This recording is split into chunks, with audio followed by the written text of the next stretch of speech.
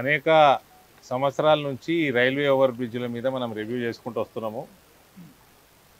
ఆ రివ్యూలో భాగంగా తొందర పెట్టుకుంటూ అందరినీ మోటివేట్ చేసుకుంటూ స్టేట్ గవర్నమెంట్ డిపార్ట్మెంట్ని, రైల్వేస్ని, మంత్రి గారి దగ్గర నుంచి కూడా ఫోన్ చేయించడం జరిగింది. ఈ 3 రైల్వే ఓవర్ బ్రిడ్జ్లు ఆరుమూరులో. గోవింద్పేట మనం కంప్లీట్ చేసుకున్నాము, అది నడుస్తూ ఉంది. ఇప్పుడు మనం ఆరుమూరు టౌన్లో ఉన్న మామిడిపల్లి బ్రిడ్జ్ కాడికి వచ్చినాము. ఇది సుమారు 2 నెలలలో మనము పూర్తి చేసుకోవచ్చు. 2.5 monthsలో ఇది ప్రజలకు అందుబాటులోకి రావడం జరుగుతుంది. కానీ అడవి మామిడిపల్లి ఏదైతే ఉందో మనకు అంకాపూర్ దాటినాక అక్కడ 23 కోట్ల వ్యయంతో కడుతున్న బ్రిడ్జు, 23 కోట్ల రూపాయలు 4 సంవత్సరాల కింద కేంద్రం నుంచి డిపాజిట్ చేయించినాము. రైల్వే ట్రాక్ మీద ఉన్న బ్రిడ్జు 7 కోట్లు, అది పని అయిపోయి దాదాపు సంవత్సరంన్నర అయిపోయింది. అప్రోచ్ రోడ్లు అటు దిక్కు ఇటు దిక్కు అప్రోచ్ రోడ్ ఏదైతే ఉన్నదో అది స్టేట్ గవర్నమెంట్ చేయాల్సిన బాధ్యత. దానికోసం 15 కోట్ల వ్యయం. ఆ 15 కోట్ల రూపాయలు 4 సంవత్సరాల కింద డిపాజిట్ చేస్తే 2 సంవత్సరాల నుంచి ఎంబడబడుతుంటే డిలే ఎందుకు అవుతుంది అని చెప్తుంటే ఆఫీసర్లు వాళ్ళందరూ ఏదో ఒకటి ఫస్ట్ ల్యాండ్ అక్విజిషన్ అన్నారు. ల్యాండ్ అక్విజిషన్ కూడా 2020లో అయిపోయింది. ఇవాళ ఉన్నట్టు బటబయలు చేసిండ్రు. ఆ 15 కోట్ల రూపాయలు రాష్ట్ర పోయిన కేసీఆర్ ప్రభుత్వము తీసుకుపోయి వాళ్ళు ఏ కాళేశ్వరంలోనో ఏ భగీరథంలో మునగొట్టిర్రు. ఇప్పుడు కేంద్రం నుంచి వచ్చిన పైసలు, డిపాజిట్ చేసిన పైసలు కూడా తీసేసుకొని పోయినారు. ఇట్లా రాష్ట్రంలో ఎన్ని వందల వేల కోట్ల డైవర్షన్ ఉన్నదో ఇవన్నీ ఊహించుకోవచ్చు మీరు. ఒక చిన్న బ్రిడ్జు 15 కోట్ల రూపాయలు కూడా కేంద్రం ఇచ్చి 4 సంవత్సరాల కింద ఇచ్చినాయి. వాళ్ళు డైవర్ట్ చేసేసుకొని వాడుకొని కమిషన్లు మింగి కరప్షన్ చేసి ఇవాళ కేంద్రానికి పోయి మళ్ళా వాపస్ పైసలు అడిగితే ఇస్తారా? ఇయ్యరు. రాష్ట్ర ప్రభుత్వం, ఇప్పుడున్న ప్రభుత్వం అవి ఎక్కడి నుంచి జమ చేసి కట్టాలనో వాళ్ళు ఇప్పుడు వెంకటరెడ్డి గారి దగ్గరకు పోయి మేము రిక్వెస్ట్ చేస్తాము, దయచేసి తొందరగా క్లోజ్ చేయమని చెప్పి. ఈ రకమైన నిజామాబాద్ ప్రాంత ప్రజలు కానీ తెలంగాణ ప్రజలు కానీ ఇటువంటి డైవర్షన్స్ కొన్ని వేల కోట్లలో లక్షల కోట్లలో ఉంటాయి తెలంగాణలో. ఇవన్నీ కూడా ఏ రకంగా సరి చేస్తారు? ఈ డైవర్షన్లు చేసుకుంటా కాళేశ్వరం గట్టి 20-30% కమిషన్లు మింగి కాళేశ్వరం కూడా మునిగిపోయింది. అలా అంటే ఈ అవినీతి, ఈ కరప్షను, ఈ వందల వేల కోట్ల ఎలక్షన్లు సమాజాన్ని, తెలంగాణ రాష్ట్రాన్ని ఏడికి తీసుకుపోతున్నాయి ప్రజలే ఆలోచన చేసుకోవాలండి. ఈ ఓటుకి 2,000 రూపాయలు, ఓటుకి 5,000 రూపాయలు, ఈ R&B మంత్రి 15 కోట్లు కూడా ఇచ్చిపెట్టలేదు. ఆయన జిల్లాని ఆయన డెవలప్ చేసుకోలేదు. ఓటుకు మాత్రం 5,000 వంచాడు. ఇది ప్రజలు ఆలోచన చేసుకోవాలా. నేను అందుకనే చెప్తాను, గెలిస్తే గెలుస్తామా, ఓడితే ఓడతాము. ఎక్కడో ఒక దగ్గర మొదలు కావాలి. ఉత్తర భారతదేశం రాష్ట్రాలన్నిట్లా 50 లక్షల రూపాయలు, మా అంటే 50 లక్షలు అయితే 30 లక్షల రూపాయలు ఎమ్మెల్యే అయిపోతాడు, 1 కోటి రూపాయలు ఎంపీ అయిపోతారు.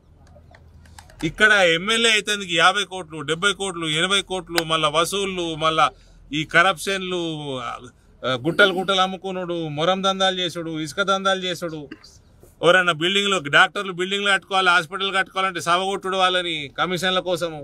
కార్పొరేటర్ కాడికి వెళ్ళి మంత్రులు, ముఖ్యమంత్రులు దాకా ఇదే పని. పైసలు అయిపోతాయి, కేంద్రంకి వెళ్ళి వచ్చినాయి డైవర్ట్ చేయండి, అల్లం ఇంగుండ్రి, తెలంగాణ రాష్ట్రాన్ని 7 లక్షల కోట్ల అప్పులు చేయండి. మళ్ళీ కొత్త ప్రభుత్వం వచ్చింది, వీళ్ళు ఏదేదో హామీలు వీళ్ళందరికీ తెలుసు 7 లక్షల కోట్ల అప్పులైనాయని. ఆ అప్పుల అయినాయని తెలిసి కూడా వాగ్దానాలు చేసిండ్రు. ఇప్పుడు శ్వేతపత్రం రిలీజ్ చేస్తున్నారు.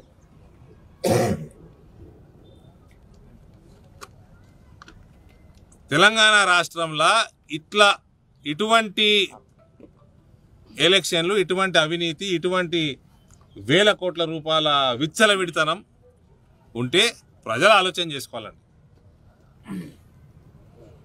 మన పక్క రాష్ట్రంలో మహారాష్ట్రలో ఇంత ఖర్చు ఉండదు, మధ్యప్రదేశ్ అస్సలు ఉండదు, ఛత్తీస్గఢ్లో అస్సలు ఉండదు. పొంకనాలు కొడతా ఉన్నారు. అసెంబ్లీలో చూస్తా ఉన్న పాత ముఖ్యమంత్రి కొడుకు, ఈమె సూక్తులు పలుకుతా ఉంటుంది బిడ్డే. ఎక్కడ రాముడు, ఏడుకెళ్ళి వచ్చిన రాముడు, రామ జన్మభూమి, శూర్పణఖ జన్మభూమి, రావణ్ జన్మభూమి, విభీషణ్ జన్మభూమి అన్నోడు రామ జన్మభూమిని రాజకీయం చేస్తున్నాను అన్నామే ఇలా కోట్లాది మంది హిందువులు వెయిట్ చేస్తున్నారు అన్న కాడికి దించినాము. అది బీజేపీ దించినాము ఇలా అహంకారాన్ని. కల్వకుంట్ల ఫ్యామిలీ కూడా అక్షంతలు అడుగుతున్నారు ఇప్పుడు, ఇవ్వట్లేదు మనం ఇంతకుముందు అన్నారు కదా అని. కాబట్టి ప్రజలు ఆలోచన చేసుకోవాలండి. ఈ వేల కోట్ల రూపాయల ఎలక్షన్లు చేస్తే మనమే ఇవాళ ఆర్మూరు అడవి మామిడిపల్లిలా నాకు 100 ఫోన్లు వచ్చినాయి ఆర్మూరు నిజామాబాద్ ప్రాంతం నుంచి.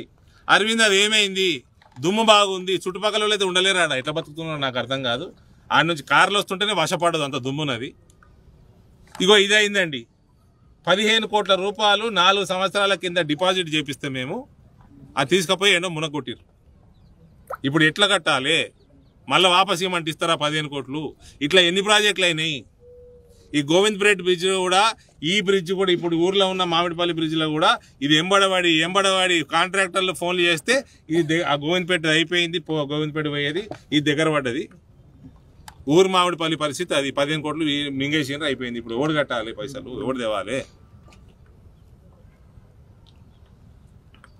ఇది ప్రజలు బాగా చాలా ఆలోచన చేసుకోవాలి. నరేంద్ర మోడీ అనేటువంటి ఉన్నాడు కాబట్టి దేశం నడుస్తున్నదండి.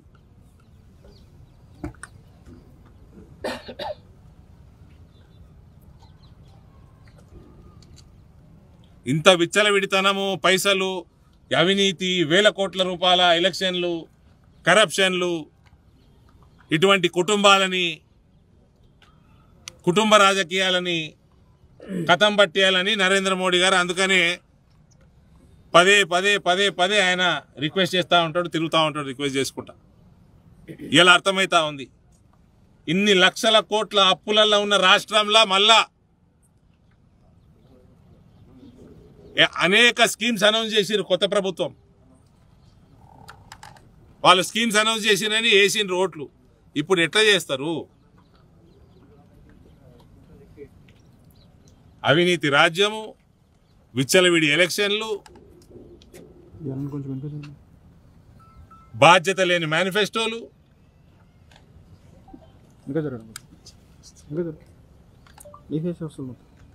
మళ్ళీ అవి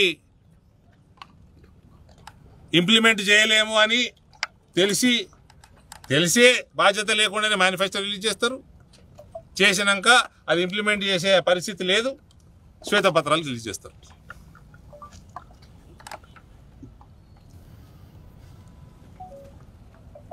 కాబట్టి ప్రజలు మీ చేతుల్లో ఉంది, ప్రతి ఒక్కటి ఓటర్ చేతుల్లోనే ఉంది. దేశం ఎట్లా నడవాలను ఆలోచన చేసి నిర్ణయం తీసుకోవాల్సిందిగా కోరుతా ఉన్నా. ఇక ఎమ్మెల్యే గారు రాకేష్ రెడ్డి గారు, నేను ఈ 2 బ్రిడ్జిలది రివ్యూ అయిపోయింది. ఇదైతే సరే అయిపోతుంది 2 నెలల్లో. దీనికి కూడా మొత్తం రైల్వే ఫండే. ఏమైనా డైవర్ట్ చేసినా ఈడికెళ్ళాలంటే ఆఫీసర్ లేదని చెప్పిండ్రు. 2 నెలల కథం పట్టిస్తామన్నారు. కానీ అడవి మామిడిపల్లి అయితే కుండ బద్దలు కొట్టినట్టు, సావు కబూర్ సల్లా చెప్పినట్టు డైవర్ట్ అయిపోయినాయి సార్ ఎప్పుడో అని చెప్పి ఇలా చెప్పడం జరిగింది. మేమిద్దరము, ఎమ్మెల్యే గారు నేను ఇద్దరము కొత్త ఆర్ఎండ్బి మంత్రి గారి దగ్గరికి పోయి, సార్ మా 15 కోట్లు ఎట్టుపోయినాయి, తొందర తెచ్చి క్లోజ్ చేయమని మేము రిక్వెస్ట్ చేయడం త్వరలో చేస్తాం. Thank you. కాళేశ్వరం మీద అవినీతి ఆరోపణలు జరిగినట్టుగా విచారణ ఏమైనా చేపడతారా? కాళేశ్వరం అవినీతి అయినా, భగీరథలో అవినీతి అయినా, ఏ రంగంలో అవినీతి అయినా ఫస్ట్ సిబిఐ లాంటి సంస్థ రాష్ట్రంలోకి రావాలంటే జనరల్ కన్సెంట్ అనేది ఇచ్చేయాలా. రేవంత్ రెడ్డి గారిని కోరుతా ఉన్నాము. ఏదైతే సిబిఐని రాకుండా అడ్డు పడిందో పోయిన రాష్ట్ర ప్రభుత్వం, మీరు సిబిఐకి డోర్స్ ఓపెన్ చేసేయండి. రాష్ట్రంలో జనరల్ కన్సెంట్ ఇచ్చేయండి. సార్, కవిత లిక్కర్ కథ కంచెక్ చేసినట్లేనా? ఎలక్షన్ల ముందు అరెస్ట్ చేస్తామని చెప్పి అది భారతీయ జనతా పార్టీ చెప్పలేదండి, అది ఈడీ సంస్థ చెప్తుంది. పెద్ద వాళ్ళు జైల్లోకి పోతున్నారు, అరవింద్ కేజ్రీవాల్ లాంటి జైల్లోకి పోతున్నారు. ఎవరైతే ఇన్వాల్వ్ ఉన్నారో అందరూ పోతారు. సార్, ప్రధానమంత్రిని నిజామాబాద్ జిల్లా నుండి ఎంపీగా తెలంగాణ నుంచి ఆహ్వానిస్తున్నారు. గతంలో ఆహ్వానించారు మీరు నిన్న చెప్పారు కదా, ఒకవేళ నరేంద్ర మోడీ గారు నిజామాబాద్ నుంచి జిల్లా నుంచి చేస్తే మేము పాదయాత్ర చేస్తాము. చేస్తాం కదా కోసం అని చెప్పేస్తున్నారు కదా. ఆహ్వానించింది ఎన్నికల్లో పోటీ చేసిన ఎంపీలు అరే రామా నువ్వే మాట్లాడతావు ఇక క్వశ్చన్ సార్, ఇక్కడ రేట్ వచ్చి క్వశ్చన్ ఇటు వచ్చేసి క్వశ్చన్ ఇంత పొడి ఉంటుందా ఇది కంటిన్యూషన్ మేము అడగలేం కదా. ఇక్కడ రాను మంది ఇక్కడ నువ్వే మాట్లాడతా. నరేంద్ర మోడీ గారు నిజామాబాద్ నుంచి చేస్తే ఇందూరు ప్రజల అదృష్టం, దానికంటే ఎక్కువ ఏం కావాలండి? దానికంత పొడుగు క్వశ్చన్ ఎందుకు? రానున్న ఎంపీ ఎన్నికల్లో బీఆర్ఎస్ పార్టీతో మన అంటే మీ బీజేపీతో వాళ్ళు పొత్తు పెట్టుకునే యోచనలో ఉన్నట్టు సమాచారం. పెద్ద క్వశ్చన్ తెచ్చుకున్నట్టు ఎవరు ఇచ్చిన సమాచారం నీకు? ఎవరు? మాకు తెలిసిన సమాచారం అది. నువ్వే జవాబు చెప్పు మరి. మీరున్నారు కదా, నీ కలవడితే నేనైతే జవాబు చెప్తా. నేను లేను కదండి ఎంపీ. స్వామి మీ కలవడితే నేను ఎట్లా జవాబు చెప్తా? మీ ఒపీనియన్ చెప్పండి స్వామి. నేను అడిగేది మీ ఒపీనియన్. వాళ్ళు మీతో పొత్తు పెట్టుకోవాలని సమాధానం మీ నుంచి ఏమొస్తుంది అనేది మేము పొత్తు ఏమైనా ఉందా సార్ అని పొత్తు ఏమైనా పెట్టుకునే వాళ్ళు మీతో పెట్టుకోవాలని చెప్పేసి ఆలోచనలు ఉన్నారని సమాచారం. ఆలోచనలు ఉన్నారని సమాచారం. బీఆర్ఎస్ వాళ్ళు దానికి మీ అసెంబ్లీ ఎన్నికల్లో జరిగింది కదా, అంటే బీఆర్ఎస్ బీజేపీ ఒకటే అని చెప్పేసి ప్రచారం అయింది. దాని విషయమే మీరే చేసారు ప్రచారం, మీరే చేసారు ప్రచారం. లేదైతే రాదు కదా. ఇప్పుడు మీ ఛానల్ ఏం ఛానల్ మీది? ఎన్టీవీ. మీ ఛానల్ కి కవిత బాగా ప్యాకేజీలు ఇస్తుంది సమాచారం, నిజమా చెప్పు? కావచ్చు అంట ఇచ్చిందంట. ఎటువంటి పొత్తు ఉండే ప్రసక్తే లేదు మీకు. చూడండి సార్, నరేంద్ర మోడీ గారు నిజామాబాద్ లో అంత పెద్ద సభలో కేసీఆర్ లాంటి వాడితోటి మేము పని చెయ్యలేము అని స్పష్టంగా చెప్పినాక మీరు ప్యాకేజీలు తీసుకొని పనికి మాల న్యూస్లను ఎందుకు కవర్ చేస్తారు చెప్పండి? బీజేపీ ప్రధానమంత్రి అక్కడ చెప్పిండా? విన్నావా? చెప్పింది విన్నావు కదా. మళ్ళీ పనికి మాల ఎందుకు న్యూస్ కవర్ చేస్తారు మీరు? మళ్ళీ బీజేపీ అంటూ నరేంద్ర మోడీ బీజేపీ కదా. ప్రధానమంత్రి వచ్చాడో చెప్పినాక, అంత స్పష్టంగా చెప్పినాక మీరు ఎందుకంటే పనికి మాల న్యూస్ అన్ని కవర్ చేస్తారు? కవితను అరెస్ట్ చేస్తామని అరే రామా,